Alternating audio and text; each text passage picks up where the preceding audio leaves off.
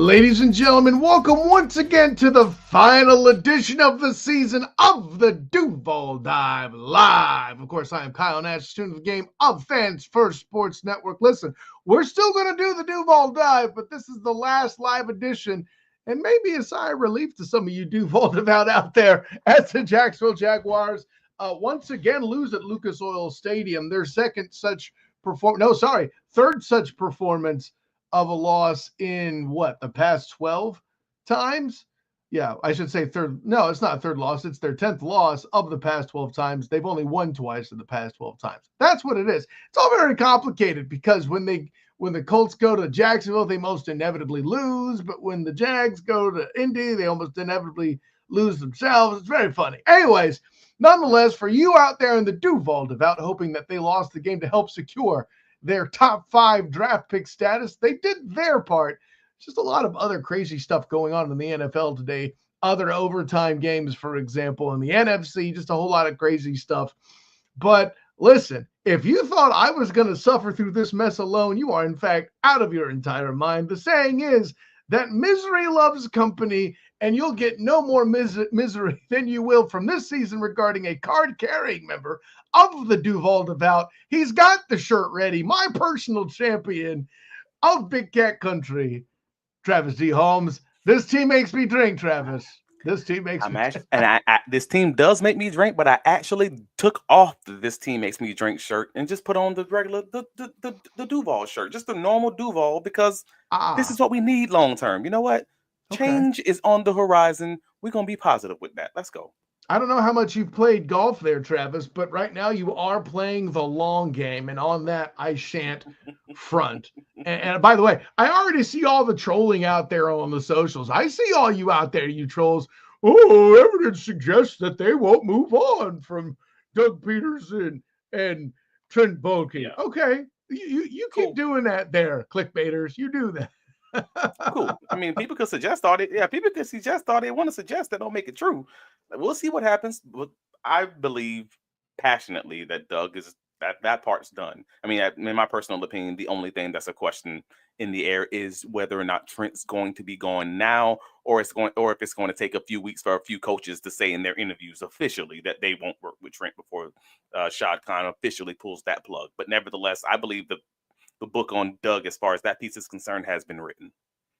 Yeah, well, and we'll get into plenty of that. Let's get into a few positives here that took place in this game. First of all, your Cam Little disrespect coming to roost. 2 53-yard field goals, including the one that took it to overtime. Did you feel the sting, Travis? Or was it the 28-yarder he hit to secure another one to where he's perfect from inside of 40 yards? Can you feel the Cam Little? That boot right in your booty right there. You feel it?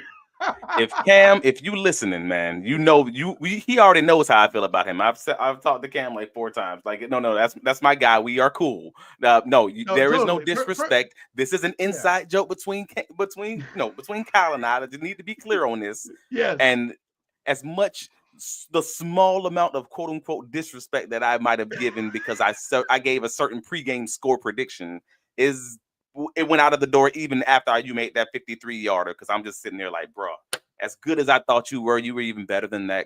Great job. Great 2024, bro. Good stuff.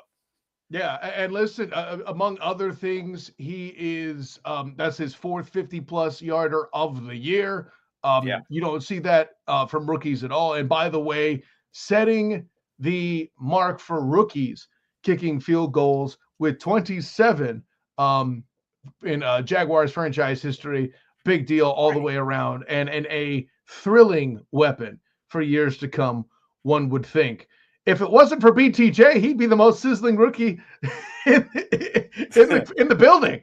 I mean, but no, that is a fair point. But also, let's give I don't want to even have to say this to say let's pat Trent Baalke on the back, but we can say let's pat him on the back for 4 of those picks in that 2024 draft. Like, and I don't think that's like being crazy and saying that. Cam Little, you exceeded my expectations significantly in this 2024 season, and we obviously know Brian Thomas Jr. did, because if he ain't exceeded your expectations, then were you drunk during the draft? Like, I don't know what your expectations were. The man should have Ooh, oh, I'm so mad. Should be the sole, I guess I call it award winner, the sole record holder for the amount of games you've had in this season with 60 plus yards and a touchdown today. We should Mm-hmm. be talking about that, but instead he is still tied with Randy Moss with that record because the Jaguars coaching staff, whoever is in charge of challenges, refused to challenge the play, the snap right before Tank Bixby 1 yard touchdown. And I'm Right. very pissed. I'm so pissed off about that. I'm like, it's the last game of the season. You know he's tied with this record for Randy Moss, and this is national news. You got to challenge that and get a man a chance. I'm so mad that they didn't do that. I'll see that and raise you the interception today by McCorkle Jones. His underthrow when he's behind the secondary that ended up being an interception had to have been just awful for you to watch. Please tell me how awful it was for you. Yeah, but I mean, Mac has not been known for making Mac has been very bad at deep balls, at balls past 20 yards in the air. This Right. has been consistent throughout the season. At one point in the season, it was 0 for 20 at past 20 yards. I'm not even sure what the stats are now, but I can guarantee it's somewhere in that range. He's just not a good deep ball thrower. He is great at these shorter throws, these small A-dot throws, average depth of target. But when you start getting down to that 10 to 20 yard range, it becomes a problem, unfortunately. And today he was I believe it was the 19th percentile in his completion percentage above expected. But that was because he averaged almost 10 yards per throw. So I'm like, he was throwing a little bit deeper, but that's also why his accuracy was a little bit off today, because that's just not his game, man.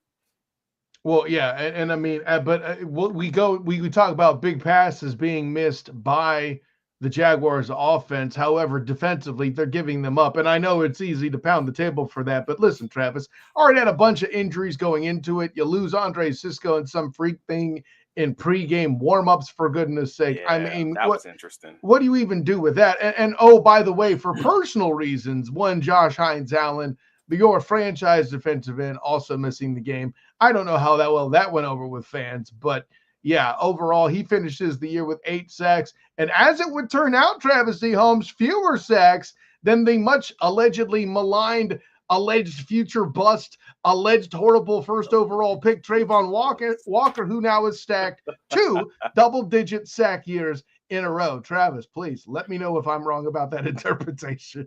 Nah, man, he's the second player in franchise history with 10 or more sacks in back-to-back seasons with Calais Campbell back in 2017. Right. So that he's doing it, man. Like, and that's another solid pick. And it might not be Aiden Hutchinson, because we already know that's going to be a forever comparison, but that does not mean he is not a great dang NFL player, and probably better in the run game than Hutchinson also, if we want to be real about it. Ooh. But that doesn't matter when you're talking about feathers in the cap for Trent Baalke, because again, I don't want to go too far left or too far right. I want to be honest about what all this is. Trent Baalke is bad at management and roster creation. And as far as that piece is concerned, he is just not good. But he did also have some good picks, just like Dave Caldwell. Just to be clear about this, Dave Caldwell put together a solid roster at times while also having some really horrendous drafts and some really horrendous free agencies. Trent Baalke is no different. He's going to have some hits, but he's not a good GM overall, and I'll stand on that. Yeah, I think we've had this conversation too on previous versions of the Duval Dive. I think it's the 2023 draft with which we've had the biggest beat. But let's go ahead and jump into some of the comments here real quick. Robert jumped in right before the show started as he goes, Max saved us in the draft.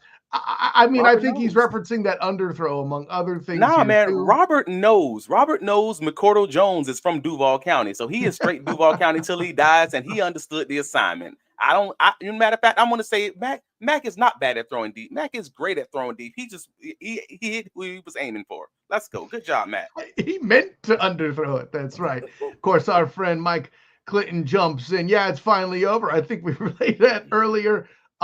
Prediction for McCorkle, for Doug or Trent Baalke or both, do they get fired? I know you and I are both on record thinking that Doug is done. My pessimistic behind does not think Trent Baalke leaves the building yet. Where are you, sir? I mean, I already gave my prediction already. Like, I believe that they both are done. But I think it's going to take I kind of think it's going to take shot of some interviews with some. He's going to need to hear it from not one but like multiple people that says, all right, these are my top two guys on the list, and they both said they can't work with Trent Baalke. All right, cool. Like, this is an easy conversation. But that, because of that, I don't believe it's going to necessarily happen at the same time. Like, we have one press conference and Doug and Trent are gone. Like, I don't know if it's going to be that. Just because Shad hasn't shown me that. So I believe who you show me you are. So at this current moment, I'm thinking Doug's gone for sure before Monday, may even be today. And Baalke's gone again. Maybe it's a week, maybe it's 2 weeks, but in that time where they have those interviews, maybe during the bye week when Ben Johnson finally says it outright directly to Shad Khan's face. That's kind of my prediction. Yeah, no, there are alleged sources tied to Mark Brunell, who has expressed that Ben Johnson is interested in the Jaguars coaching position. Of course, all that is alleged. I really wish I remember the host's name, but I can tell you it was on 1010XL. Which, by the way, I jumped. What's that? Baloo. I forget his first name. Goodness gracious. Is it Rick Baloo? That could be him, but we'll hit the bell anyway. By the way, I was on 1010XL talking Orlando Magic with my buddy RJ Sanders in the open gym. So, take that, Travis Holmes. I'm on 1010XL too. So, no, but shout out to my dude RJ Sanders for letting me jump on in the open gym there. His producer Anthony as well. But let me add this to programming note for those of you out here listening to us here on the Duval Dive. Don't be surprised tomorrow when Travis and I jump on an emergency podcast talking about moves that may or may not be made on Black Monday. So there you go. Let's check out Robert jumps in. So Brunell for QB coach, wanting to come with Ben. Yeah, I think that's an inevitability too as well. They are allegedly super tight, all that other stuff. And we finally get. It's going to be curious how they do it, though. I want to be honest. It's going to be curious how they do that because he is a quarterback coach in Detroit, so they would then have to let him out of his contract to even interview with the Jaguars, or they'll have to give him a passing game coordinator tag or assistant coach tag, something like that to try to get around that. So, like, I don't see Man Campbell being a problem there. Like, I feel like that's a conversation that Mark can have and be like, "Hey, listen." It's like this. My wife lives here. My house is here. Yeah, come on, man. Let me do this. And maybe they will. Maybe they won't. It's just a rarity. It's so rare that you don't see it very often. That's all. You know who else is a rarity? Dan Campbell. Anyway, let's see. Yeah, Lloyd Bennett jumps in. McCorkle is hilariously dead. Yep, no doubt. Hef jumps in. The concept was just as bad. That Parker Washington deep curl doesn't hold that robber. I get where he's going there. It does if you throw it enough times. I mean, that's the part. Like, I understand the argument, and I feel you have. I'm just, if you throw that curl enough times to make people actually like be threatened by it, then maybe. But the fact of the matter is, kind of what I talked about earlier. For the most part, Mac is not that deep ball thrower, and he's not like an accurate deep ball thrower, and he's not going to pepper you on those intermediate passes. So he's not even pulling up the defense in that way to make them sit on those, making the robbers sit on that route. Yeah. And that's your problem. As a DB, if I'm not threatened by this thing, I'm not even worried about that. I'm only going to be worried about BTJ. And somehow BTJ still put up the stats this week, and he had not the perfect, like, he didn't have a perfect game. He had multiple drops. And that didn't matter because he's just so dang explosive, man. Another game of over 100 yards. There's I think that's a valid point as well. And yes, Hef jumps in. It's Rick Ballou. So yeah, I props to Rick Ballou. Thank you for having that conversation and getting some insight on that for those of us out there at large covering the Jags and what they're doing. So and I think where obviously you're ecstatic that they lost the game because they got the better pick. Yeah, I wrote about that certainly in the Good, the Bad, and the Spotty. Check that out, Fans First, sportsnetwork.com. And it was an interestingly good game from. I'm gonna let folks know behind the curtain. I have been critical of the Jaguars secondary. Most of you know I'm a DB guy. Right. I'm super critical of the defensive back play, but I'm also super critical of linebacker play because that kind of overlaps with the secondary, and a lot of that's communication, making sure you're on the same page, etc. So because of that, I have been critical as of late. of a Devin Lloyd. And especially with getting response. burned by Devontae Adams, and that we've had that conversation. Yeah. Right. So in my Big Cat Country overtime loss recap of the game, and we talk about the players of the game, we talk about everything else. I don't want to give away too many surprises, but I will say Devin Lloyd was in contention for my player of the game this week. Yeah. And that made me laugh. That really made me laugh at myself, just be honest, because I'm not a Devin Lloyd hater. I actually do appreciate and respect a lot of his game. But again, I'm a DB guy. I don't respect busted coverages. And I think I see that a little too often. And if I do see someone running around the block, it's going to stick in my head until I see otherwise. I need to see aggressiveness and physicality from my linebacker. I need to see consistency. And sometimes I don't see that from Devin. So I was very excited to see his play today. And I wanted to give a shout out there. And I wanted to give him a feather in his cap because he did play a great game today. And you mentioned BTJ and the offense. I'm not here to say they were bad, but the offense, of course, I felt like was relatively ho-hum. I get that there's a certain element defensively that you're facing the Jaguar killer himself, Joe Flacco. Well, the running game was also very ho-hum for the Jaguars. And I saw a lot of people online, again, having that whole conversation about the running back core, or maybe even extending Travis Etienne and all of that. And I'm just like, I don't understand, folks. And I know the offensive line is bad at run blocking. And I also understand that the scheme might be problematic, but I don't know how that's going to change in 2025 unless you're replacing two guys, changing the scheme, and hoping that Travis Etienne is better at after contact. And by after contact, I mean just simply falling forward. Because it wasn't a greatest game by him, but it was a solid general game. They had their certain splash plays basically. So I don't know what to take from that if you're talking about extending them this offseason, because I think that's a little rich, a little much for me without seeing something else early in the season. Yeah, I don't think anybody in the Duval devout that you would ask about Travis Etienne's production would say that he was bad this season. I think that would be tall. Where I struggle is he worth throwing a bag at? And I would say no. And listen, it doesn't panic me to the same extent that the 49ers might throw a big old bag at Brock Purdy, for example, which would be team suicide and hold back your franchise for at least half a decade. No, I think it's more of a limitation to, other elements that they have to deal with fiscally already, right? The Christian Kirk contract, the Gabe Davis contract, what all those that they've signed on defense, securing Foye Oluokun, Tyson Campbell, Josh Hines Allen, the prospect of looking down the barrel of having to pay Trayvon Walker, Andre Cisco sooner or later. All these other choices that are coming up. And that's, by the way, that's even without considering a contract that's already in the building in the form of Evan Ingram. Of course, I'd be foolish not to bring him up as well. Giving Walker Little the bag. I forgot about that. What are they going to do with Anton? They're going to have to pay him sooner than later. On and on so and there's on. There's a few. They have some issues with a boatload of money that they're going to be having on the dead cap over this, basically in 2025. It really just comes down to 2025. They have some tough decisions to make in 2025 on a lot of guys, and we're going to have a whole offseason to talk about that. We've kind of already been talking about it this week. What they're going to do at the linebacker spot. Obviously, they have Chad Muma just always sitting in the wings, and they have Ventura Miller also cheeks just sitting in the wings with Foye's contract that was just signed. So you got problems as far as dead cap is concerned, as far as how you're going to do that. Maybe a June 1st trade of someone, and I'm not even saying it has to be him, but just someone in that room, depending on how your new DC feels about that whole room after they get their hands on them. I'll say this: whoever moves Foye Oluokun at this point will get flack from me.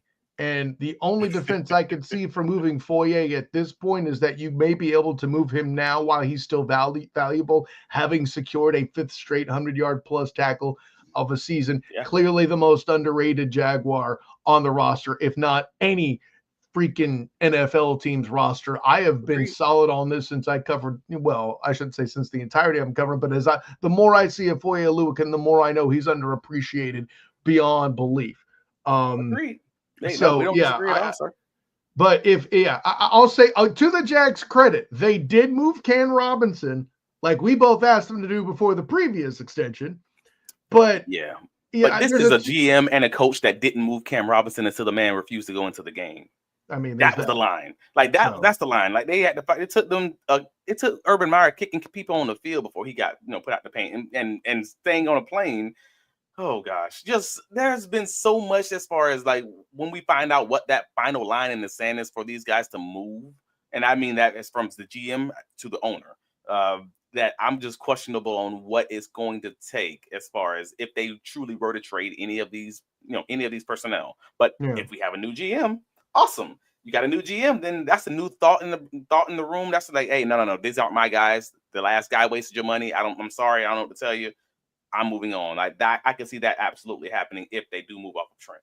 Yeah, we got Mike in the comments. NTN is a change of pace guy. 3 years, 12 to 15 million a year feels right. You know what else it feels, Mike? Expensive.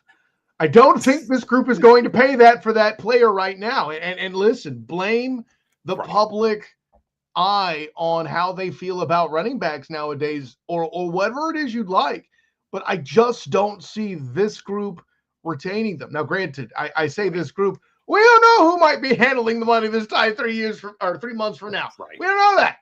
So, maybe someone else comes in and says, I need NTN in the building. Maybe whoever replaces Doug Peterson says, I need that guy to build something on. Maybe they end up with Brian Daboll in the building. I'm joking completely. And he feels remorse about Saquon Barkley and demands to keep Travis Etienne in the building. Who knows? I'll say this about that, though. The Jaguars are notorious for seeing a player that whooped up on them and then bring him in the building. It happened with Christian Kirk.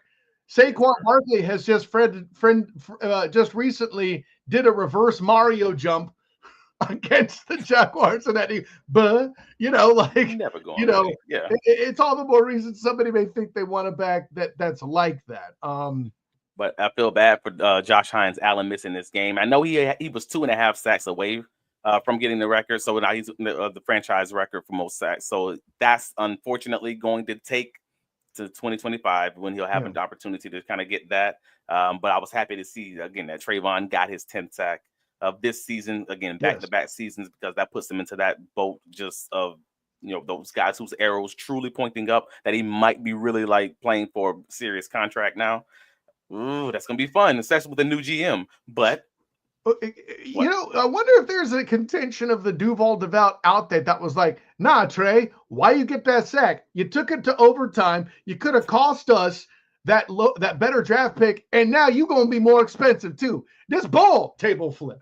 I mean, he was gonna get paid whether he got that sack or not. But I do understand your general point. And I know he was going to get paid either way, but don't act like his agent's not pounding the table using the back-to-back double-digit sacks at that negotiation. Don't front on me, Travis Holmes. But did that Brenton Strange performance make you feel any different about the potential of them moving off of Evan Ingram next season if they get maybe a Ben Johnson who comes in who's had these tight ends who are truly dual, like true tight ends and not split out guys who can technically play tight end but also have struggles blocking. If he's a guy who's used to having 2-3 down backs and true tight ends, is there a potential that he might want to lean to a Brenton Strange and bring in either another tight end or just bring in a rookie tight end from the draft? I'm glad you're asking this question, because I'm seeing too many people going full silly saying that they should replace Ingram with Brenton Strange at this point. What they should do is run more ace formations, okay? Case in point, the Patriots. They had a certain, felon on their squad that had questionable life choices, and Gronk. Did they switch them out? No. They ran those humpy bumpies at the same time and killed you with them. In their defense, both of those guys were still true tight ends. They both could block damn well. I can't say the same thing necessarily about Evan Ingram. And if you can get anything for him that's reasonable, and I don't mean like nothing. I don't mean like a 6th-round draft pick. That's what I'm saying. I don't think anybody comes to the table wanting that contract and also willing to pay the air quotes cost that I think the Jags would demand for him. Oh, so you think his contract is expensive in that way, I guess. It's a little of both, honestly. I don't know how, and granted, I haven't looked at it freshly, so I'm not up to date on it, but I don't remember it feeling cheap. A, B, I don't know that the Jags are ready to move off him. And again, in a place where we don't know the future, and, the commenter comes in, RPR 52121, I mean, there's still a reasonable chance Bulky returns. Yeah, we've said that on this show. I still live in that world. I think Bulky hires a sixth coach. I said what I said, Travis D. Holmes. I get it. They brought in a search firm. We'll talk about that on Wednesday's editions of the Duval Dive. But I know we keep teasing that. We just haven't gotten to it.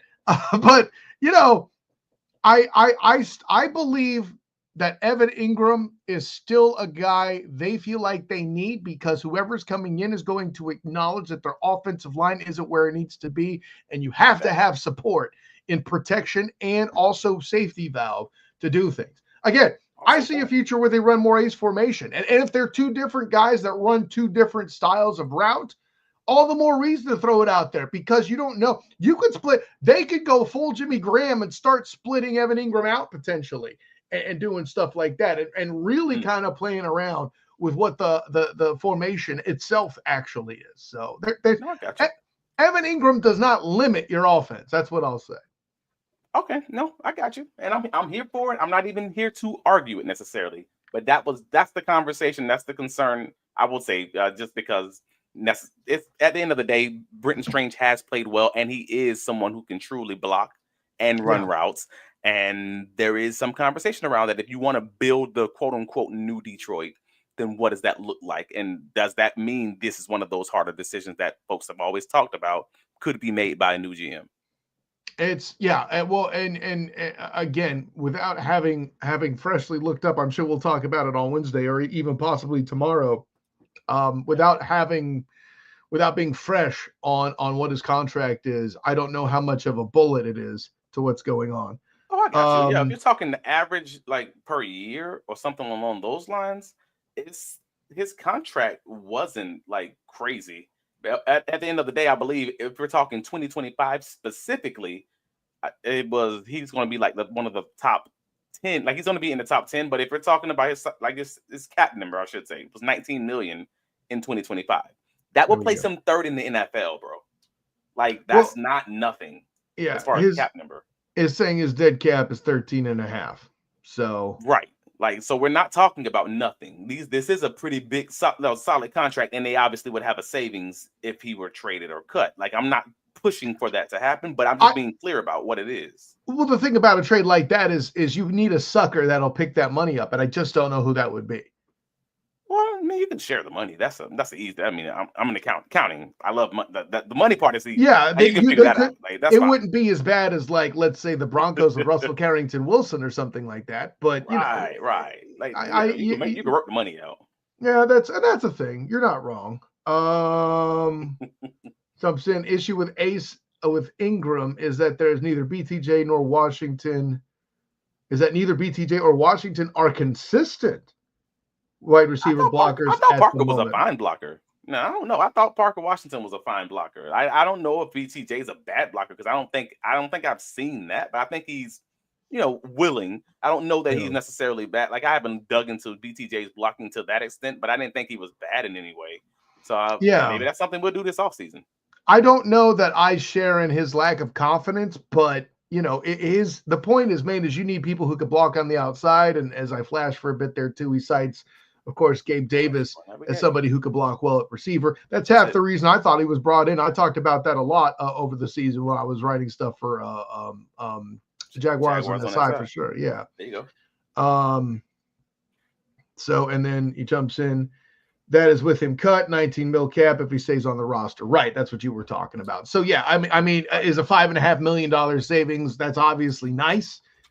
But I think the point that all accentuates at the end of the day is the chances of them signing Etienne for anything significant like that seems low with those numbers being thrown around. That seems like a prove it deal. If you're talking about it's weird because we've seen Etienne be up there as far as the top of the league, broken tackles and just his performance in 2022. Like we've seen that guy, but at the same time, it feels like if you're going to re-sign him, it's probably going to be at a major hometown discount or a prove it deal that's like a 1-year extension just to try to see what it's going to really look like.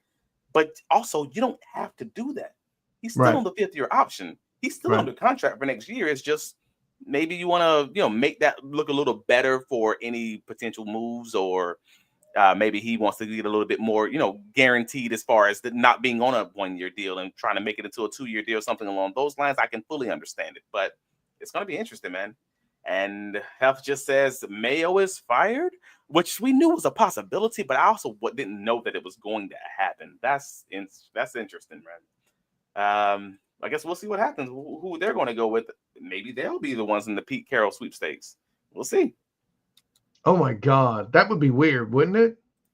I don't know. I think Pete Carroll's going to be much more of a prize for a few teams than people think. Like, I think he's going to be in 3 or 4 interviews personally, but I've always thought that. Like, I thought he's going to be Chicago's favorite personally, but we'll see. He's a culture guy. I mean, first of all, Chicago's favorite was Harbaugh. They just couldn't hold on to the ball. Let's be clear. They decided they wanted Eberflus. Okay, cool. And I'm not sure. I'll put it this way. I'm not sure how do I put this? When it comes to Mayo getting fired, yep. I've hinted, well, let me say this first. I'm assuming we mean Gerard Mayo here, right? Like, for the Patriots. Yeah, she's saying Adam Schefter just said it, that Mayo was out. Okay, got it. So yeah, and then Vrabel being on the forefront for the Patriots makes a butt ton of sense. I think that's it. But you and I kind of predicted that Mayo was a first-year coach that would be out, and I think we said the same thing of Pierce, right, in Vegas. But it really depends on how they feel, how the GM feels about their quarterback. Because if the GM truly feels that this is a great quarterback who just doesn't have the support staff that's needed, it's quite possible they might want to go with someone who is like offense. Like they might want to get out of the Bill Belichick and Mayo system and psych window, and they want to go heavy offense. And that's why, again, I say someone like if you Pete do that, Carroll, you can't hire Vrabel. Then you can't hire Vrabel, exactly. So you have a Pete Carroll culture guy who also has a little bit of offense, in that way. And we can is Pete Carroll considered an offensive guy? I didn't really. I don't know. I thought he was. I thought with his Russell Wilson time, I thought he was kind of considered. I'm going to be a guy who's going to give you a good base to work under, as far as in that way. I view him as an offensive guy. He's not. And I'm going to air quote it. He's an air quotes defensive guy. You forget, right? Russell Carrington Wilson was pulled along as a young player by the Legion of Boom and Skittles himself, Marshawn Lynch. So there's that to consider. Because right before then they had who was it? Matt Flynn. Actually, no. Matt Flynn was brought in to replace Tavares Jackson, and then Russell Carrington Wilson beat them both out. Well, yeah. So Matt Flynn was there. My point is, he was on the roster before, and but Matt Flynn was never actually a starter there. That's what makes it so great about Rusty is he's a 3rd round pick. He gets picked. Tavares Jackson was there, who was the quarterback, by the way, for the infamous Saints victory, where Marshawn ran all the hell over them because they had so many issues injuries on the defensive front, right? I got you. So they brought in Matt Flynn, paid him a lot of money, sight unseen, basically, or a limited scene, right? And then Russell Carrington Wilson beat them both out. A call I made and predicted back in 2012 on WTMY in Sarasota, Bradenton. So there's that. Cool. Shouts to my guy Tommy Kernan, but so yeah, I have no idea. I'll land the plane with this because we're getting to that point where we're going to probably start wrapping up here. For today, there were a lot of positives that you could take into the future. You got Cam Little, you got BTJ looking nice. But I felt like the true metaphor was the offensive line giving up the sack to Zaire Franklin up the middle to basically let the Colts put the game away and set up a 4th and 22 for the game. Like, was that on the offensive line, or was that on Matt Jones? I have questions on that one. I feel like I need to re-see it because it's 3rd and 6 on what seemed, if I'm not mistaken, to be a 3-step drop. Mm-hmm. I'm questionable. Like, was that on the O-line or was that on Matt not getting the ball out on time? Like I don't know. I will grant you that is worthy an all 22 look, but my offensive line bias felt like Franklin was in there real damn quick. So yeah, like I said, it could be 6 of one and half of the other. I'm not gonna lie on that dozen. You know what I'm saying? So and Michael says Morris didn't block anyone, which again, if that's the case, then you see where I'm coming from, my guy. And by the way, that was the conversation I was having earlier, though. Just to be real, like I said, it's not when people talk about rebuilding the O-line, they always say we're not touching the 2 bookend tackles and we're not touching Ezra Cleveland. All right, so basically, you're saying you have to replace Mitch Morris and you have to replace Brandon Scherf. I don't know about replacing Mitch Morris. Everyone else is there. Of course, he was supposed to be the everyone savior. Else, there's no one else left. Scherf is the guy who I'm all over. You know this. So we got one guy. We're saying we're going to run it back with 4 out of the 5 offensive linemen, but we're fine as far as running the ball. Well, no. What the real answer is you need O-line depth because these guys, I swear, how many freaking games, how many weeks have these guys been limited in practice, man? It's crazy. I mean, sure, but I don't think that's enough to move this ball down the road like Jacksonville Jaguars fans want. If you want a real running game, that means you got to make some hard. I've said this often. You got to make some hard decisions, and hard decisions means some of these guys that you dearly love will not be here. They might not be here in just 2 years. Like it's just I passionately feel that way, and I've said this even about the receiver room. You look at that receiver room in 2022. And you're going to look at that receiver room in 2025 and be like, "Ooh, boy, that's not the same." Like you got, what we had: Zay Jones, Marvin Jones Jr., and Christian. You're going back 3 years now. Oh, right? sorry. Yeah. And Christian Kirk. And who's going to be on this roster next year? If you go far enough back, it's Laviska Shenault on this beast, right? I'm just saying, if I would have told someone this in 2023 at the start of the 2023 season, that in just 2 years, none of these guys will be here, they would have looked at me like I was stupid. And that's my point.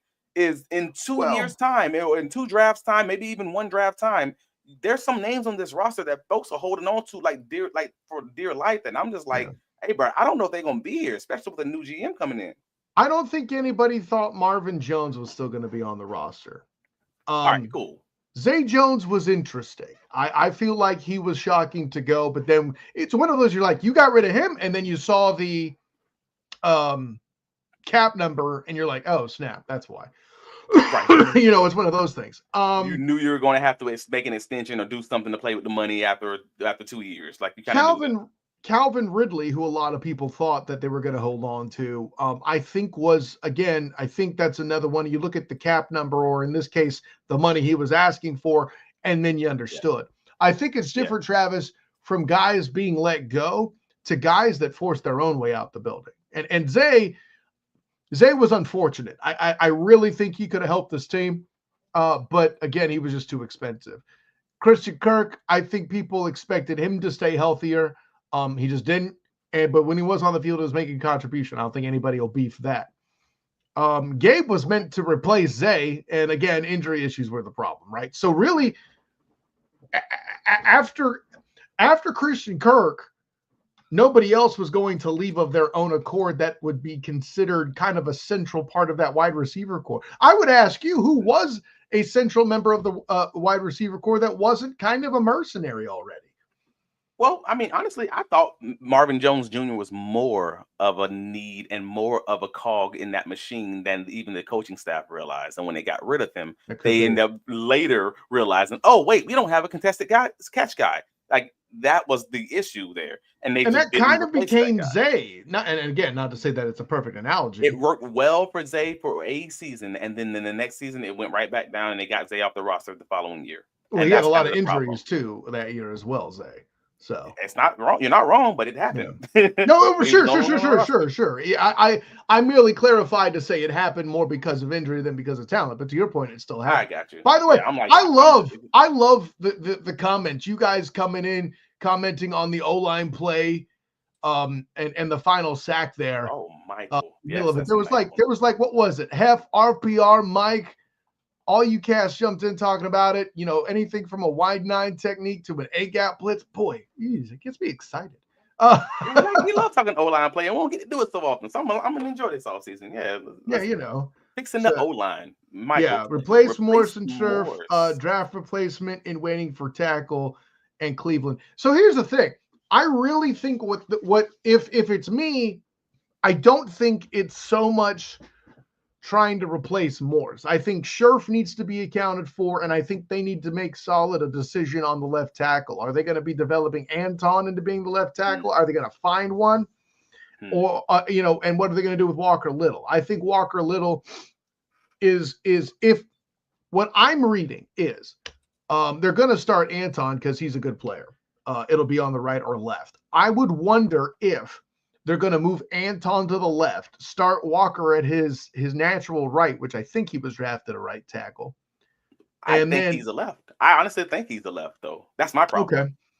If they spent that money, so I have questions on what that is with the new coach making that decision, or a new, I don't know what that's going to be, because I actually agree with you that I thought Anton would be the left.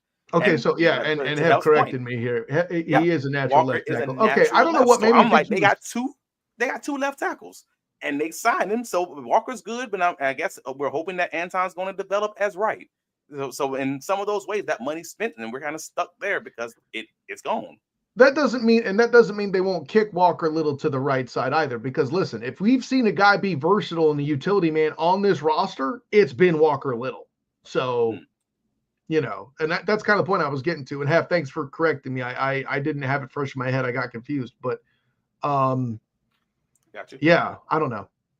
Travis, we're 41 minutes in, man. Listen, we're probably going to be talking to the Duval public, the Duval Devout tomorrow. So let's go ahead and get out of their ear for now. Let them enjoy their Sunday evening, because we had to deal with a friggin' overtime game and didn't have any implications beyond the draft. But the Jaguars, the Duval Devout got their way on that, fortunately, I guess. So there you go. Travis D. Holmes, tell the world. Yeah, I can be found on all the socials. Travis D. Holmes, whether that's Blue Sky, Facebook, etc., Instagram, whatever. If your mama's on it, I'm on it. Let's go. BigCatCountry.com. Obviously, take a look at the website. Take a look at the recap from today's game. Talk about all the players, the advanced data. Talking about Mac Jones and how, and maybe a little bit of how and why his completion percentage kind of was what it was. Just take a quick look at that. And we got all the highlights and everything else. All these records and season pinnacles that's kind of been reached for all the players. Got that at tours. So just take a look at BigCatCountry.com. Save as your favorites. And we will have all your breaking news. Maybe there's some breaking news tonight or tomorrow. We will see. But take a look at the site. Maybe you'll see it. Where can you be found, sir? There you go, man. No, I think you're right about all that. A quick thought. For all the accolades being handed to this team, you'd be really shocked to see that they only have, 4 wins on the year. That's crazy to me. I don't know. But listen, I'm just a student of the game. The student of the game, Kyle Nash. You can find me on Twitter, Instagram, Threads, and Blue Sky at the SOTG. Find me on Facebook as the student of the game. Check out my writings with Fans First Sports Network, not only covering your Jacksonville Jaguars, but also the Orlando Magic, and some bowl game action took place there. I cover both, or all three, I should say, the Cure Bowl, the Citrus Bowl, and the Pop-Tarts Bowl. If you want to check out any of the work I did with that, feel free to do so. Of course, go to the Duval Dive YouTube channel, like and subscribe us. That way you can get your notifications on and know when we do that emergency show for tomorrow for Black Monday. Boom! Where's my bell? There you go. Of course, my work as well with the Black and Gold Banneret. We speak to you now as the Black and Gold Banneret. My guy, Donnie Docs, Don Struble, is covering the Kansas Jayhawks over at Edition Financial Arena, doing battle with the UCF Knights in basketball.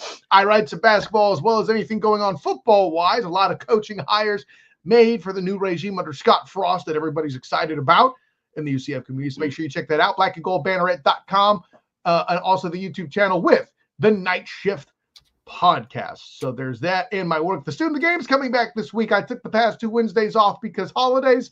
Look for that 9 p.m. Eastern time. And of course, the Duval Dive will be back with you on Wednesday at 7:30.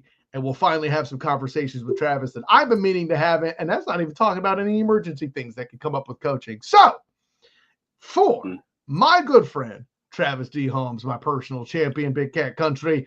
And thank you again, by the way, to the commenters. Great conversations today. An honor, joy, and privilege. But until next time, everyone, class dismissed.